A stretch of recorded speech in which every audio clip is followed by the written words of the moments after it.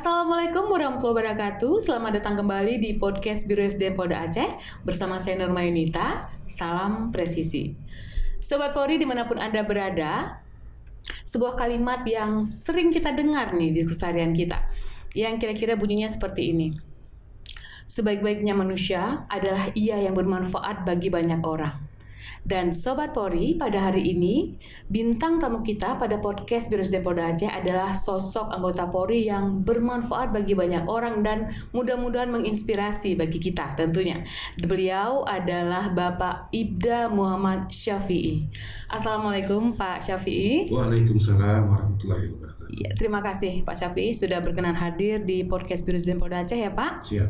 Oke, Bapak sehat? Alhamdulillah. Alhamdulillah. Yang penting sehatnya Pak ya. Oke, Pak Syafi'i, kalau boleh tahu nih Pak, Bapak berdinas di mana sih Pak saat ini? Untuk saat ini kita di Polres Langsa. Di Polres Langsa. Di staf Bakop, di penyeliaannya. Di penyelia Bakops. Sudah berapa lama Pak?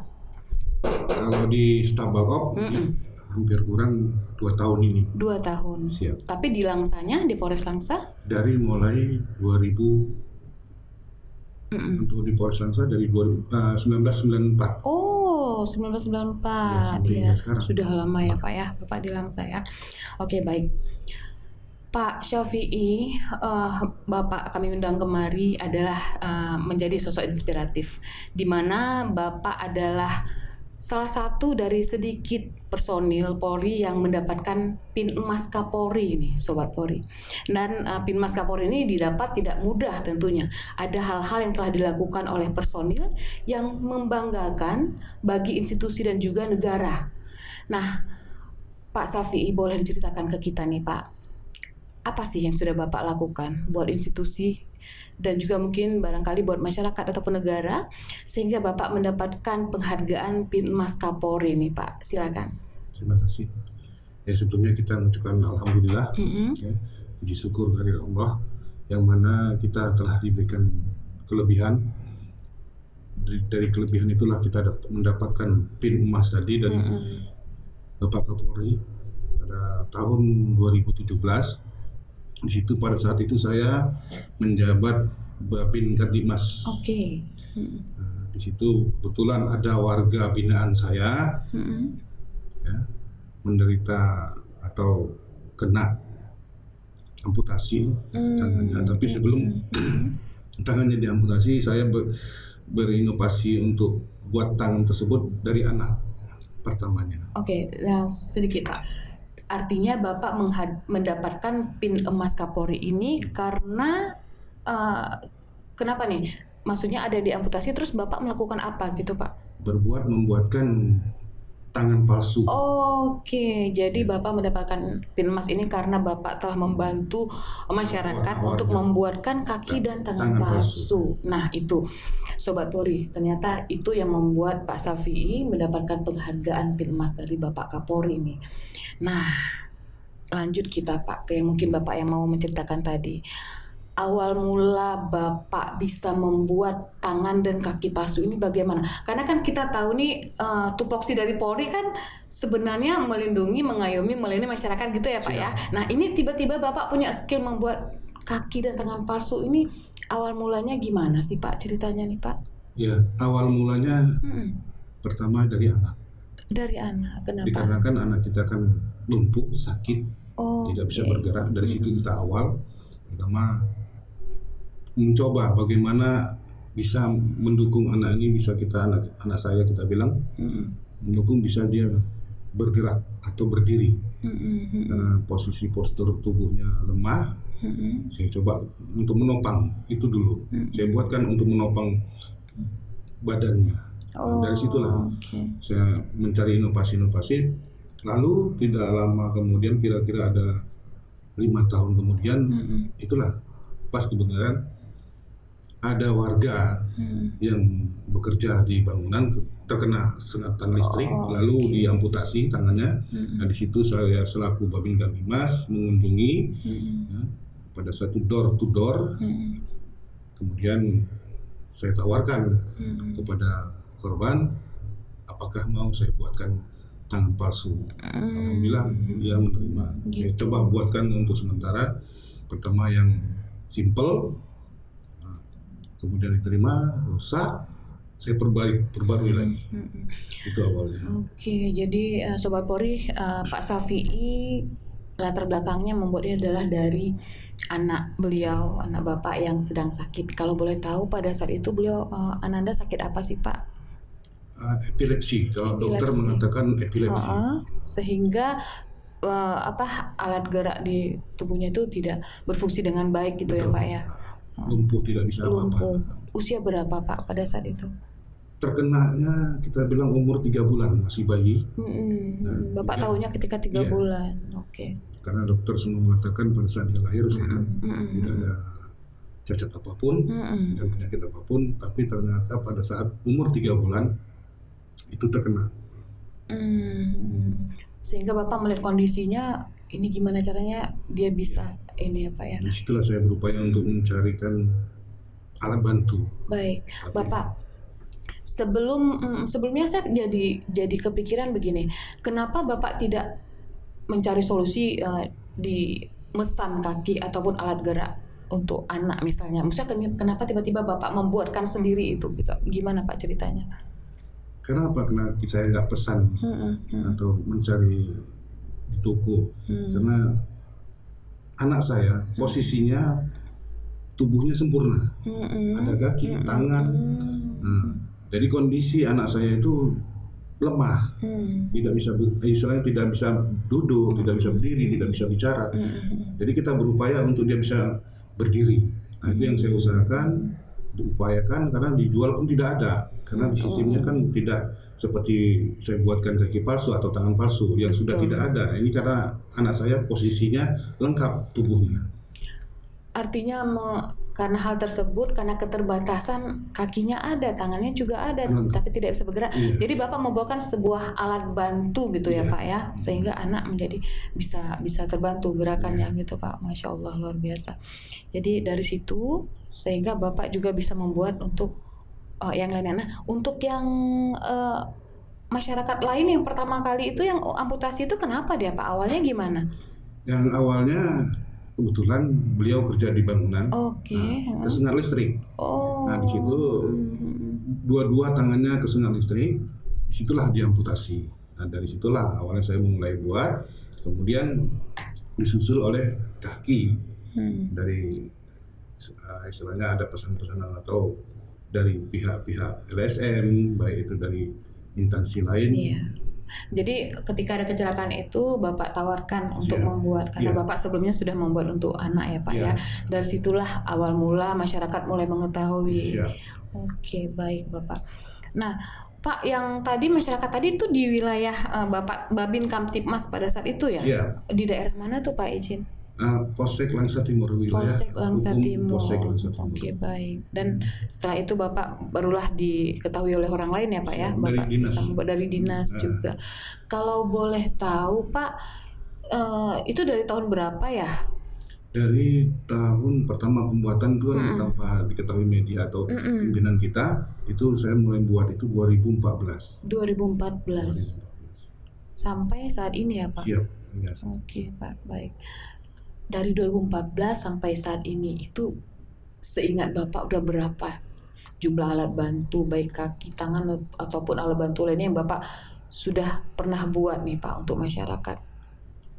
Ya, kalau saya ingat sepenuhnya tidak, tapi ya sudah saya perkirakan hampir lebih kurang 200 unit yang saya buat dari ya wilayahnya ya khususnya Aceh dan masuk juga wilayah Medan. Sampai ke Medan ya Pak. Warga masyarakat Medan pesan sampai ke kita.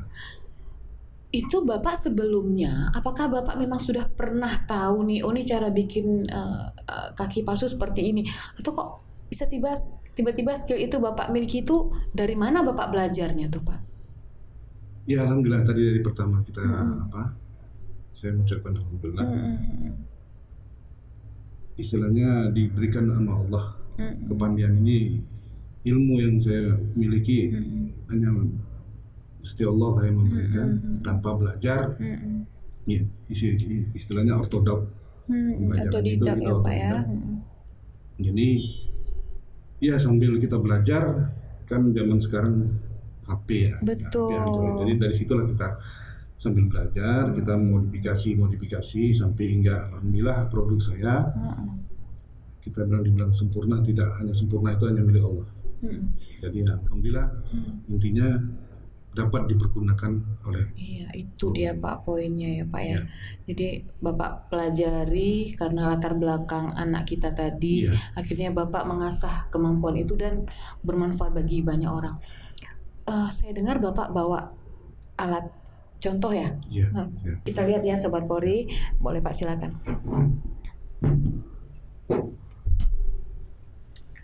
Oke, ini dia nih Sobat Polri.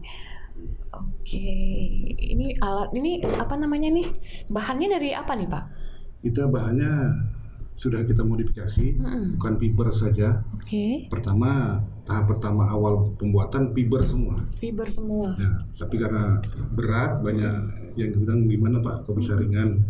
Jadi saya modifikasi lagi. Jadi bahannya fiber, besi aluminium sama kayu. Oh, Masya Allah. Ini yang kita bawa sampel ini di bawah lutut. Di bawah lutut. Ya, yang kemarin yang waktu penyerahan untuk hadiah dari Pak Kapolda itu di atas lutut, jadi bisa dibengkokkan. Karena kemarin itu dari serahkan kepada seperti ada persendiannya gitu benar, ya Pak ya. Jadi sampai ke pangkal paha juga pernah Bapak buat ya. Oh, Masya Allah, luar biasa. Oke Pak. Nah ini apa namanya, udah dipatenkan belum nih Pak Ya, insya Allah dari pihak pada saat itu ada donasi dari Bank BRI sama Mandiri, langsung dari pihak kesehatan di Polres, berkumpulnya di Polres Langsa kebetulan diundang oleh Pak Kapolres pada saat itu, Pak Kapolres Pak Iskandar. Beliau mengundang juga saya. Itu disitulah hak saya dipatenkan. Sudah. Oh, Masya Allah, alhamdulillah ya Pak ya. Memang, aduh saya nggak bisa berkata-kata nih, luar biasa nih Pak Syafi'i. Dan hasilnya juga sangat kokoh nih Sobat Polri. Saya melihatnya nih, megangnya terlihat kokoh sekali dan mudah-mudahan sangat membantu ya Pak ya bagi masyarakat yang membutuhkan gitu ya Pak.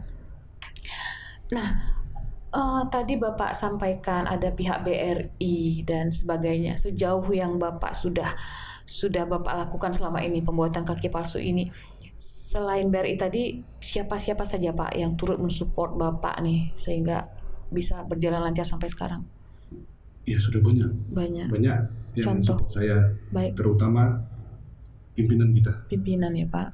Perhatiannya luar biasa. Baik itu dari Kapolres. Waktu itu menyumbangkan kepada warga juga, sebanyak ada 5 orang itu menyumbangkan langsung Bapak Kapolres yang mendanai. Kemudian selain dari Bank BRI dan Mandiri, juga dari LSM juga. LSM ada 3 LSM ya, khususnya di Banda Aceh ada 2, dari Kota Cani atau Aceh Tenggara ada 1. Itu LSM juga yang turut mendukung, karena setiap ada yang mau dibantu tetap menghubungi saya. Artinya sudah banyak sekali mitra ya Pak ya, mitra kerja dan juga orang-orang yang mensupport Bapak akan hal ini ya Pak ya. Masya Allah, alhamdulillah. Pak, ini awalnya pasti Bapak buatnya kan sendiri nih, karena mengingat basic Ananda kita tadi yang sedang sakit. Alhamdulillah dia sehat ya Pak hari ini ya. Alhamdulillah. Cuman keadaannya pas posisi tertidur. Tertidur. Usianya berapa Pak kalau boleh tahu? Sekarang sudah gadis, kita bilang 22 tahun. Masya Allah, alhamdulillah. Iya Pak. Nah pada saat itu Bapak mengerjakannya sendiri sampai alhamdulillah sudah terbantu dia dengan alat bantu pada saat ini. Kalau sekarang nih Pak, berjalannya waktu, apakah Bapak masih mengerjakan sendiri atau ada tenaga bantuan nih Pak, staf atau bagaimana? Ya, karena kita kan ada tanggung jawab juga. Selain kita dari memberikan bekah batin istri sama anak, kita pun berdinas, ya kan? Jadi ya, tidak mungkin kita sendiri bekerja. Saya ada orang bekerjanya 2 orang untuk membantu saya. Iya. Itu Bapak ngajarin ya? Itu Iya. sebelumnya mereka kerja di mana Pak? Atau memang sudah paham sedikit tentang pembuatan? Ya, Belum ya? belum. Bapak yang ngajarkan. Kita ajarkan pelan-pelan bagaimana teknik pelaksanaan pekerjaannya. Pak, sejauh pengalaman yang tadi Bapak sampaikan ada sekitar 200 lebih kurang gitu. Ada nggak Pak pengalaman yang paling berkesan yang Bapak membuatnya agak kesulitan, agak kesusahan, tapi alhamdulillah berhasil Bapak buat? Ada nggak Pak pasien yang seperti apa gitu Pak? Ada ya Pak. Kebetulan ini sebuah pembelajaran bagi kita semua. Iya. Ya. Jadi hikmahnya cukup dalam. Nah, jadi kita untuk menjalani kehidupan ini dari arti kita pembuatan itu tadi, untuk menjalani kehidupan ini harus bagaimana sih kita? Gitu. Yaitu pada saat itu dapatlah pasien yang kena darah manis, diabetes diabetes, jadi diamputasi. Dari mulai operasi hingga sampai dia setahun lebih baru jumpa dengan saya untuk membuat kaki palsu. Kebetulan pada saat itu lukanya atau kita bilang belum kering-kering atau belum sembuh. Dari mulai operasi sampai hingga setahun lebih belum sembuh-sembuh. Nah, jadi pada saat itu saya tidak berani membuatkan. Karena masih basah kali ya Pak lukanya? Bukan masalah, atau gimana? masih luka, Masya Allah. berdarah. Jadi karena kebetulan dia kepingin sekali, dia bawalah suaminya dengan orang tuanya. Masih usianya berapa Pak? Ya sudah kita bilang udah separuh baya juga. Nah, ibu-ibu. Iya. Dia kebetulan bekerja di kesehatan pada saat itu. Jadi saya bilang saya nggak berani, Pak. Ini risiko. Jadi nanti tiba-tiba ada timbul masalah nanti gara-gara ini saya nggak. Tapi mereka niat tolong Pak buatkan. Kami selaku keluarganya, saya suami dengan orang tuanya mengizinkan. Baik Pak, kalau itu mohon Bapak, tapi kita buat surat pernyataan. Baik ya, izin Pak sebelumnya. Itu beliau asal dari mana Pak? Dari Langsa, kebetulan dari Langsa. Baik. Kemudian Bapak sampaikan, kita boleh saya buatkan tapi minta surat, kita buat inform consent ya, surat pernyataan gitu ya Pak. Yang isinya apa Pak? Ya, apabila ke depan terjadi sesuatu setelah memakai kaki palsu buatan saya tidak tuntut. Betul. Nah, barulah setelah teken saya buatkan hingga selesai. Nah, nggak sampai di situ aja Bu. Kenapa gitu? Dapat kita pembelajaran. Setelah saya buatkan selesai. Waktu itu pembuatannya hanya seminggu karena posisinya sama seperti ini. Saya buatkan. Itu pada saat itu masih luka Bu, kan saya bilang masih luka. Sorry Pak, itu dari lutut ke bawah ya? Iya, dari lutut bawah ini seperti inilah posisinya yang saya buatkan. Jadi pada saat itu luka dibuatkan sama itu hingga selesai seminggu waktunya saya buatkan. Setelah seminggu saya coba sama dia pas, dibawalah pulang. Seminggu kemudian saya ditelepon. Telepon sudah datang ke rumahnya. Saya takut juga Bu, ada apa nih? Cuman nggak dibilang bahwasanya cuman hanya ada kendor. Nah, di kaki palsu kita nih ada kendor, jadi perlu dibenerilah katanya. Lalu kemudian saya datang ke rumah Bapak itu yang kita bilang nelpon saya. Saya lihat Bu, subhanallah, saya mengucap sampai rumah saya lihat supaya dibuka kakinya. Subhanallah, ya Allah, ini kebesaran-Mu ya Allah. Nah, di situ saya dapat ilmu, dapat pembelajaran. Ya. Selama dia operasi sampai hingga setahun lebih tidak sembuh-sembuh. Tapi begitu pakai kaki palsu saya, semangat dia timbul. Masya Allah. Sembuh Bu, kering. Luka atau jahitannya itu kering total. Jadi intisarinya Bu, ya untuk kembali kepada saya. Kenapa masa pandemi COVID kita diharapkan kepada seluruh personil atau person masing-masing jaga imun kita, semangatkan hidup kita. Itu tadi. Jadi agar segala penyakit bisa jauh. Yang kedua, kepada yang di atas Gusti Allah, kita menjalani hidup ini harus ikhlas. Ikhlas ya Pak. Ikhlas. Nah, jadi dengan itu kelas 1, sedekah 1. Jadi ya alhamdulillah dengan adanya kita pembelajaran itu, kita ambil intisarinya, berarti hidup ini kita harus ikhlas. Betul. Ikhlas. Itu berbanyaklah sedekah. Seikhlas Bapak ketika Bapak mengalami cobaan anak kita sedang sakit, Bapak ikhlas menerimanya, bahkan Bapak dapat membantu orang lain juga, begitu ya Pak ya? Iya, benar. Situlah pembelajaran cukup mahal bagi saya. Karena di situ kita bisa melihat harus bagaimana kita melangkah ke depan. Betul. Nah, menghadapi baik itu sama pimpinan kita, baik itu sama masyarakat. Jangan kan sama keluarga, sama orang lain pun kita harus berbuat baik. Betul. Artinya juga dengan Bapak sudah membuat seperti ini, selain membantu masyarakat, Bapak juga nambah saudara ya Pak. Mereka tentu sangat berterima kasih sekali dengan apa yang sudah Bapak berikan untuk mereka. Oke, baik Pak Safi'i. Itu tadi satu hal yang sangat berkesan ya Pak ya, dengan apa yang sudah Bapak perbuat untuk masyarakat khususnya.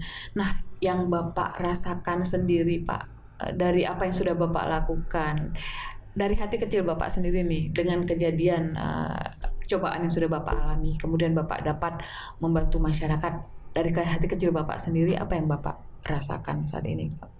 Ya, ini kalau kita rasakan sekarang, kepuasan itu tidak ada puasnya. Manusia siapapun. Betul. Cuman tinggal tergantung kepada pribadi orang-orang. Jadi di sini, setelah saya selesaikan pekerjaan, saya buatkan kaki palsu, dipakai, lalu sampai hingga dia nyaman digunakan. Di situ kepuasan saya, bagi saya, ya Allah terima kasih. Di situlah. Ya. Kalau kita bersyukur itu tanggung-tanggung, ya, hidup ini akan sia-sia. Ya. Bersyukur pada Gusti Allah, bersyukur pada orang tua, terutama yaitu kepada keluarga, yaitu kepada orang yang bisa kita bantu. Berbicara keluarga, dari keluarga Bapak sendiri gimana Pak melihat perkembangan sejauh ini yang sudah Bapak lakukan? Ya alhamdulillah sangat-sangat mensupport ya Pak ya. Kalau bisa jangan berhenti. Iya. Baik itu keluarga, baik itu sahabat, baik itu pimpinan kita juga, pimpinan saya. Ya, alhamdulillah mensupport banget agar apa yang sudah saya lakukan jangan terputus.